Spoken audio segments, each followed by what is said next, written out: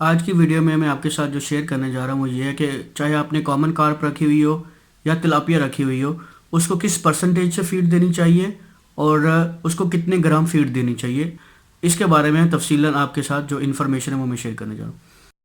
अस्सलाम वालेकुम fish farmers, उम्मीद है आप लोग सब खैरियत से होंगे और हमारी वीडियोस देख रहे होंगे और उसमें से आपको बहुत अच्छी इन्फॉर्मेशन मिल रही होगी। आज की वीडियो का जो मकसद है वो ये है कि फ़िश को किस परसेंटेज के हिसाब से फीड डाली जाए और उस परसेंटेज के हिसाब से कितने ग्राम फीड बनती है जो उसको डेली दी जाए। ठीक है, और इसमें मैं आपको एक एग्जैक्ट कैलकुलेशंस भी करके दूंगा कि आपकी जो अगर एक तालाब में 1000 फिश हैं और उनको हम रोज़ की कितनी फीड डालेंगे वज़न के हिसाब से। फ़र्ज़ करो उसमें मैं आपके साथ जो शेयर करूँगा वो ये है कि अगर आपके पास 2 एकड़ जगह है और उसमें आपने उस 2000 फिश रखी हुई है और उस 2000 फिश का एवरेज वेट जो है वो 400 ग्राम है, तो उसको डेली की बुनियाद पर सुबह और शाम में कितनी खुराक डाली जाएगी वो मैं आपके साथ फार्मूला शेयर करूँगा। और उम्मीद है आप सब लोग हमारी वीडियोस देख रहे होंगे और आपको पसंद भी आ रही होगी। सेकंड ये है कि आप लोग कमेंट सेक्शन में जब आप यूट्यूब पर वीडियो देखते हैं या फेसबुक पर वीडियो देखते हैं तो कमेंट सेक्शन में कमेंट ज़रूर किया करें, ताकि जो आने वाला शख्स है जो पहली बार वीडियो देख रहा है उसको एक्स्ट्रा इन्फॉर्मेशन भी मिल सके। व्हाट्सएप में बहुत सारे लोग नहीं ऐड हो सकते या कुछ लोग उसमें रिप्लाई करना या उसमें मैसेज करना या वो उसमें से टाइम नहीं निकाल पाते। आप हर वीडियो के नीचे कमेंट ज़रूर किया करें, ताकि चाहे वो सजेशंस हो या चाहे आपको वीडियो पसंद आई हो, इससे मुझे भी आइडिया हो जाएगा और आने वाले व्यूअर्स के लिए भी आइडिया हो जाएगा। तो हमारे फेसबुक पेज है उसको भी ज़रूर सब्सक्राइब करिएगा। हमारा व्हाट्सएप ग्रुप है, अगर वो ज्वाइन करना चाहते हैं तो पिछली वीडियोज़ में मैंने नंबर दिया हुआ है, आप वैसे भी पूछ सकते हैं। और हमारा यूट्यूब चैनल भी ज़रूर सब्सक्राइब करें ताकि मैक्सिमम लोगों तक इन्फॉर्मेशन जा सके और पाकिस्तान में चाहे इंडिया में कोई शख्स फिश फार्मिंग करना चाहता है तो उसके पास एक वैलिड इन्फॉर्मेशन ज़रूर पहुंच सके। मैं अपनी तरफ से पूरी कोशिश कर रहा हूँ कि इस सिलसिले को जल्द से जल्द मुकम्मल करूँ ताकि जो नया फार्मर है उस तक पूरी मुकम्मल इन्फॉर्मेशन पहुंच सके। ठीक है, उम्मीद है आपको ये वीडियो पसंद आएगी। यहाँ आपकी स्क्रीन पर नज़र आ रहा होगा एक चार्ट बना हुआ है, ये कॉमन कॉप्स के लिए है जिसको मोराकी, ग्रास, थैला, सिल्वर, गुलफाम ये सारी चीज़ें आ जाती हैं। ठीक है, और इसी के हिसाब से मैं ये एक चार्ट बना हुआ है। ये फ़िश वेट का अगर आप इसको आगे हम एक्सप्लेन करते हैं, अगर मछली का वज़न 50 ग्राम है तो उसके लिए 5% फीड रिक्वायर्ड होगी। अगर मछली का वज़न 150 ग्राम है तो 4% रिक्वायर होगी। 300 ग्राम वज़न है तो 3% उसको खुराक देंगे। 500 ग्राम वज़न होगा तो 3%। 700 ग्राम की कैटेगरी में जाएगा तो 2.5% खुराक देंगे।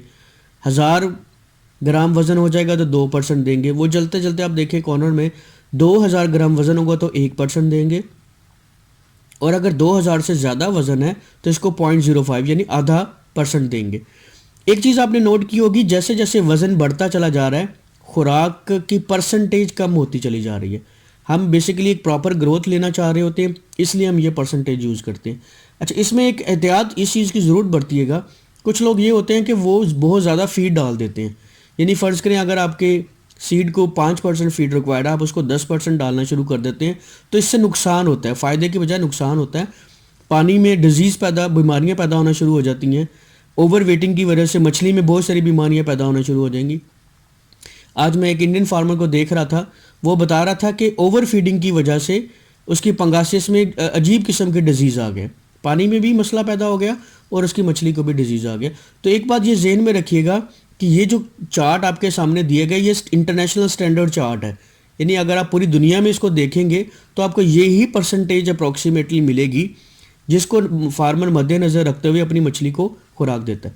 अगला सवाल आपके जहन में आ रहा होगा कि 150 ग्राम बच्चे को जो 4% फीड देनी है वो कितने ग्राम बनती है, वो मैं आपको फार्मूला आपके साथ शेयर करूंगा, वो आगे आप देखेंगे। तो ये कॉमन कार्ब्स के बारे में सारी इन्फॉर्मेशन थी, उम्मीद है आपको ये समझ आई होगी।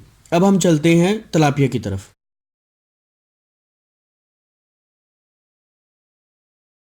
हम तलापिया के बारे में जानते हैं कि उसमें हमें कितने परसेंटेज के हिसाब से क्या चीज़ चाहिए होती है। तलापिया के बारे में बहुत सारे सवाल पूछे जाते हैं, ये क्या इसको कल्टीवेट करना चाहिए, इसका कल्चर लेना चाहिए या नहीं चाहिए, तलापिया क्या फ़ायदेमंद है, इसको खुराक कैसे देनी है, कितनी खुराक देनी है, ये बहुत सारे सवाल होते हैं। तो इनमें से कुछ सवालों में से आपके सवाल आज क्लियर हो जाएंगे। तो सबसे पहले हम देखते हैं कि कितने ग्राम के बच्चे के लिए हमें परसेंटेज में कितनी फीड चाहिए होगी। अगर तलापिया का बच्चा 0 साइज से लेकर 1 ग्राम तक है तो उसके लिए तकरीबन 15 से 30% हमें खुराक चाहिए होगी। अच्छा, ये जो 15 से 30% जो खुराक है, इसको हम तकसीम भी करेंगे, इसको दिन में 3 बार भी, 5 बार भी।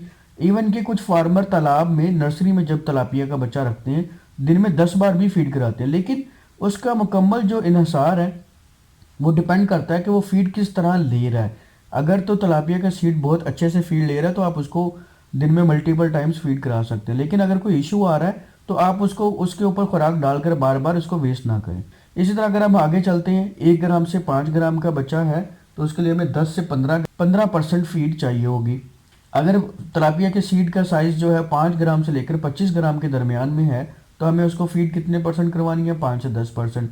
इसी तरह अगर 25 से 150 ग्राम का बच्चा है तो उसको हमें 5% फीड करानी है, और अगर 150 ग्राम से ऊपर का बच्चा है तो 3% के हिसाब से 3% हमें उसको फीड करवानी है। ठीक है, तो ये एक छोटा सा चार्ट है तलापिया के लिए। तलापिया के लिए अलग चार्ट है। अब इसमें आपको फ़र्क भी नज़र आ रहा होगा कि तलापिया के लिए चार्ट डिफरेंट है, कॉमन कार्प्स के लिए चार्ट डिफरेंट है। ठीक है, इसमें कुछ इंस्ट्रक्शंस हैं जो मैं आपके साथ शेयर करता चलूँ। उसमें इंस्ट्रक्शंस में ये है कि मछली की जो खुराक है उसको हमेशा उसके वज़न के हिसाब से ही करना चाहिए।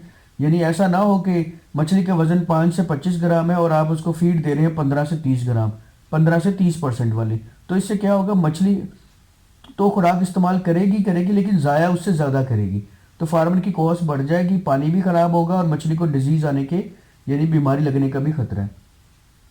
एक इसमें इंस्ट्रक्शंस है जिसके लिए ऊपर मैं बाकायदा वीडियो बनाऊंगा। वो ये है कि खुराक के लिए ज़्यादा से ज़्यादा फीडिंग पॉइंट्स बनाएं ताकि तमाम मछलियां बराबर की खुराक हासिल कर सकें। मैं 12 अपनी कई वीडियोस में कह चुका हूँ कि जो फीडिंग पॉइंट्स हैं वो ज़्यादा होने चाहिए ताकि मछली का जो ग्रुप है वो अच्छे से अच्छा उसमें से खुराक ले सके और खुराक को ज़ाया ना करे। अच्छा, इसमें एक और इंस्ट्रक्शंस भी हैं जो फॉलो करनी है। हबस और बारिश के मौसम में खुराक हरगिज़ इस्तेमाल ना करें। जैसे मैंने अपनी वीडियोस में एक्सप्लेन किया कि बारिश में खुराक ज़ाया होगी और हबस में भी मछली खाएगी नहीं, आपकी खुराक जो है ऊपर रहेगी और वो ख़राब होने का खर्चा है। दूसरा, फार्मर को आइडिया हो जाता है कि वो कब खुराक डाले और कब ना डाले।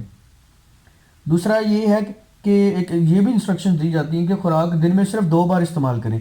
जैसे मैंने कहा तलापिया के लिए एक्सेप्शंस हैं। अगर आपकी तलापिया फीड ज़्यादा कर रही है तो आप उसको दिन में 3 बार भी या 4 बार भी खुराक दे सकते हैं, लेकिन जब सीड का साइज़ बड़ा हो जाएगा तो वो फिर इतनी ज़्यादा खुराक इस्तेमाल नहीं करेगा। ठीक है, एक जो सबसे इंपॉर्टेंट इंस्ट्रक्शंस हैं जो हिदायत है वो ये है कि जब आप मछली को खुराक डालते हैं तो उसका मुशाहिदा करें, यानी उसको ऑब्जर्व करें, उसको बगौर देखें क्या मछली आपके सही से खुराक ले रही है, क्या कोई मछली को इशू तो नहीं है। जिस निशान पर, जिस पॉइंट पर आपने फीड डाली है उस पॉइंट से मछली प्रॉपर तरीके से फीड ले रही है या नहीं ले रही। ठीक है, तो ये था कि हम परसेंटेज के हिसाब से कितनी फीड डाली जानी है। आगे जो हम क्लियर करने जाएंगे वो इस पर जाएंगे कि हमें कितने ग्राम्स की फीड डालनी है। तो उम्मीद है कि आपको ये दोनों सेक्शन समझ आ गए होंगे कि कॉमन कार्प्स को फीड बॉडी के हिसाब से किस तरह देनी है और तलापिया को बॉडी वेट के हिसाब से फीड कितने % देनी है। अब हमने कैलकुलेट करना है कि कितने ग्राम के बच्चे को कितने % फीड दी जाए तो उसका असल वजन खुराक का कितना निकलता है, यानी एक दिन में कितने ग्राम खुराक हमने डालनी है। तो वो मैं आपके साथ शेयर करता हूँ अगले स्क्रीनशॉट में। ये है वो फार्मूला जिसके तहत हम एग्जैक्ट वज़न निकालते हैं कि हमने अपनी मछली को कितने वज़न के हिसाब से फीड डालनी है। अमूमन ये आपको इंटरनेट से नहीं मिलता, ये फार्मर टू फार्मर ही ट्रांसफ़र होता है, और ऐसी नॉलेज जो है बेसिकली वो फार्मर जल्दी किसी को देता भी नहीं है टू बी ऑनेस्ट, क्योंकि मार्केट में कंपटीशन होता है, हर आदमी अपने आप को सर्वाइवल मोड पर रख के चल रहा होता है और कोई ना कोई किसी न किसी किस्म की वो इन्फॉर्मेशन ज़रूर हाइड कर लेता है।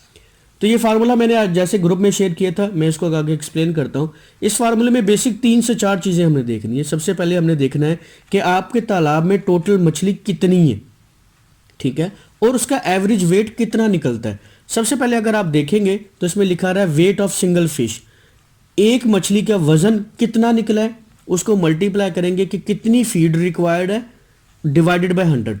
जैसे पिछली वीडियो में तस्वीर में आपने देखा था कि 150 ग्राम बच्चे को 4% फीड रिक्वायर्ड है, ठीक है, तो हम उस एवरेज से निकालेंगे।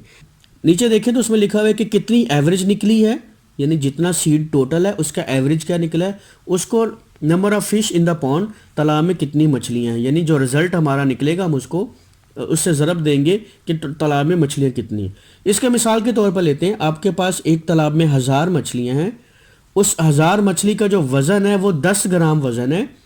उस 10 ग्राम के बच्चे को जो फीड रिक्वायर्ड है वो 5% है, ठीक है। अब नेक्स्ट देखें 10 एवरेज क्या निकली है सिंगल फिश के दाने की। एक फिश के जो सीड है जो बच्चा है उसका कितना वेट है 10 ग्राम, मल्टीप्लाई बाय कितनी फीड रिक्वायर्ड है 5 डिवाइडेड बाय 100, उसको तकसीम कर देंगे 100 से, आपके पास क्या रिजल्ट निकलेगा 0.5। अच्छा ये 0.5 नहीं आ गया। अब हम देखेंगे कि आपके पास टोटल सीड कितना है। 0.5 को मल्टीप्लाई कर देंगे 1000 सीड के साथ, आपके पास 500 ग्राम फीड निकल आई जो आपने दिन में 2 दफ़ा देनी है, ठीक है, सुबह और शाम। 500 को यानी 500 ग्राम सीड को 500 ग्राम फीड को आपने तकसीम करना है 2 पर, 250 ग्राम सुबह 250 ग्राम शाम। बज़ाहिर ये देखने में आपको शायद थोड़ी लग रही हो, लेकिन जैसे ही सीड का वज़न बढ़ेगा 1000 सीड है ये जिसका 10 ग्राम वज़न है, ठीक है, ये उसके लिए है। जैसे जैसे सीड की ग्रोथ होती चली जाएगी इसकी जो कंजप्शन है खुराक खाने की स्पीड है वो भी बढ़ जाएगी और आपका ये ग्रामों के बजाय किलो में चल जाएगा, ठीक है। तो ये था एक बेसिक फार्मूला जिसके तहत ये निकाला गया कि आप अपने फ़र्ज़ करें इसमें आप कोई भी रकम चेंज कर सकते हैं। मैंने जैसे एक रकम चेंज की है जी। एक और मिसाल ले लेते हैं कि अगर आपके जो सीड की एवरेज वज़न जो निकला है वो फ़ी आपने फ़र्ज़ करें आपने इंस्पेक्शन की है और उस इंस्पेक्शन में आपने जाल लगा कर देखा है, एवरेज वज़न मछली का निकाला है वो 500 ग्राम वज़न आया, ठीक है। तो हमने क्या किया, हमने कहा जी हमारे एक दाने का वज़न इस वक्त 500 ग्राम हो चुका है, हमें अब इसके लिए फ़ीड क्या रिक्वायर्ड होगी। हमें 500 ग्राम वज़न आ गया, 500 ग्राम के वज़न को हमने 3% खुराक देनी है तो ये 15 ग्राम निकला। कितने की शिफ्टिंग है आपकी 1000 की, 15,000 अब 1000, 15,000 ग्राम्स आ जाएंगे, 15 kg पर डे, ठीक है। तो आप ये देखें वज़न जैसे जैसे मछली का बढ़ता चला जा रहा है वैसे वैसे ये पर डे की आ रही है। आपने 15 किलो खुराक पूरे दिन में डालनी है, 7.5 किलो सुबह 7.5 किलो शाम को। तो इस तरह ये फार्मूला आपके लिए काम करता है कि आप इसमें एग्जैक्ट जो है वो अपनी मछली का वज़न निकालते हैं और उस वज़न के हिसाब से उसके लिए खुराक जरूर इस्तेमाल करते हैं। मैं दोबारा एक चीज़ आपके साथ दोबारा आपको रिमाइंड करवाता जाऊँ, ओवर फीडिंग मत कीजिएगा। ओवर फीडिंग करने से, ज़्यादा मछली को खुराक डालने से पानी के तालाब जो है उसकी रंगत भी ख़राब हो जाती है, उसमें वायरस भी पैदा होने का ख़तरा होता है और ख़ुराक बहुत ज़्यादा ज़ाया भी होती है। किसी भी कंपनी से आप खुराक लेंगे तो उसकी क्लियर इंस्ट्रक्शंस होती हैं कि आपने अपनी मछली को ओवर फीडिंग नहीं करवानी। तो हम रिवाइव करते चले जाते हैं कि हमने आज की वीडियो में ये देखा कि हमारी किस ग्राम के मछली के बच्चे को कितने % खुराक चाहिए और उस परसेंट से हमने ये निकाला कि हमारे मछली का जो वज़न है वो कितने ग्राम है और उस मछली के वज़न के लिए हमें कितनी खुराक ज़रूरत होगी। आप इसको बढ़ा लें, फ़र्ज़ करें आपके पास 10,000 बच्चा है, जितने मर्जी तालाबों में आप उसके हिसाब से फ़र्ज़ करें आपके जो मछली का जो एवरेज वज़न निकल रहा है वो 500 ग्राम ही निकल रहा है और तादाद 10,000 है, तो आप उसके हिसाब से निकाल सकते हैं कि आपको डेली की कितनी खुराक ज़रूरत होगी। इस हिसाब से एक फार्मर बड़े इजीली कैलकुलेट कर सकता है कि उसकी मछली को पूरे महीने में या जब वो इंस्पेक्शन करता है 15 दिन बाद कितनी खुराक चाहिए होगी। उम्मीद है आपको मेरी वीडियो पसंद आई होगी। लाइक सब्सक्राइब शेयर ज़रूर करें ताकि दूसरे फार्मर्स तक भी ये इन्फॉर्मेशन शेयर हो सके। वस्सलाम, अल्लाह हाफिज़।